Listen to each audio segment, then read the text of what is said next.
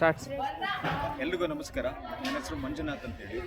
ಮೈಸೂರು ಜಿಲ್ಲೆ ಪಿರಿಯಾಪಟ್ಟಣ ತಾಲೂಕು ಕಿತ್ತೂರಿನಲ್ಲಿ ಸರ್ಕಾರಿ ಪದವಿ ಕಾಲೇಜಿನಲ್ಲಿ ಭೌತಶಾಸ್ತ್ರ ಉಪನ್ಯಾಸಕನಾಗಿ ಕಳೆದ 10 ರಿಂದ 11 ವರ್ಷದಿಂದ ಸೇವೆ ಸಲ್ಲಿಸ್ತಾರೆ. ನಾನು ಈ ದಿನ ನಮ್ಮೆಲ್ಲರ ನೆಚ್ಚಿನ ಗುರುಗಳಾದಂಥ ಭೌತಶಾಸ್ತ್ರ ಉಪನ್ಯಾಸಕರಾದಂಥ ಶ್ರೀಯುತ ರಾಮೇಗೌಡರ ಬಗ್ಗೆ ಮಾತಾಡೋಕ್ಕೆ ಇಷ್ಟಪಡ್ತೀನಿ.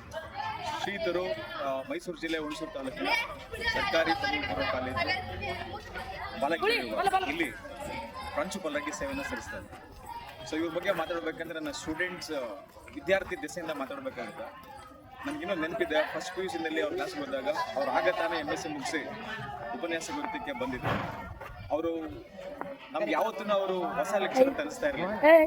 ಅವ್ರು ಭಾಳ ಎಕ್ಸ್ಪೀರಿಯನ್ಸ್ ಆಗಿರೋ ಲೆಕ್ಚರ್ ಅಂತ ಅನಿಸ್ತಾ ಇದ್ದು. ಅವರು ತಮ್ಮ ಶಿಸ್ತಿಗೆ, ಸಮಯ ಪಾಲನೆಗೆ ಮತ್ತು ಅವರ ಬೋಧನಾ ಕೌಶಲ್ಯಕ್ಕೆ ಭಾಳ ಹೆಸರುವಾಸಿ. ಇವತ್ತೇನಾದರೂ ನಾವು ಉಪನ್ಯಾಸಕ ಸೇವೆಗೆ ಸೇರಿದರೆ ಅವರೇ ನಮಗೆ ಸ್ಫೂರ್ತಿ ಮತ್ತು ಪ್ರೇರಣೆ. ಅದ ನಂತರ ಅವ್ರ ಸಂಪರ್ಕದಲ್ಲಿ 10 ವರ್ಷ ಇರಲಿಲ್ಲ.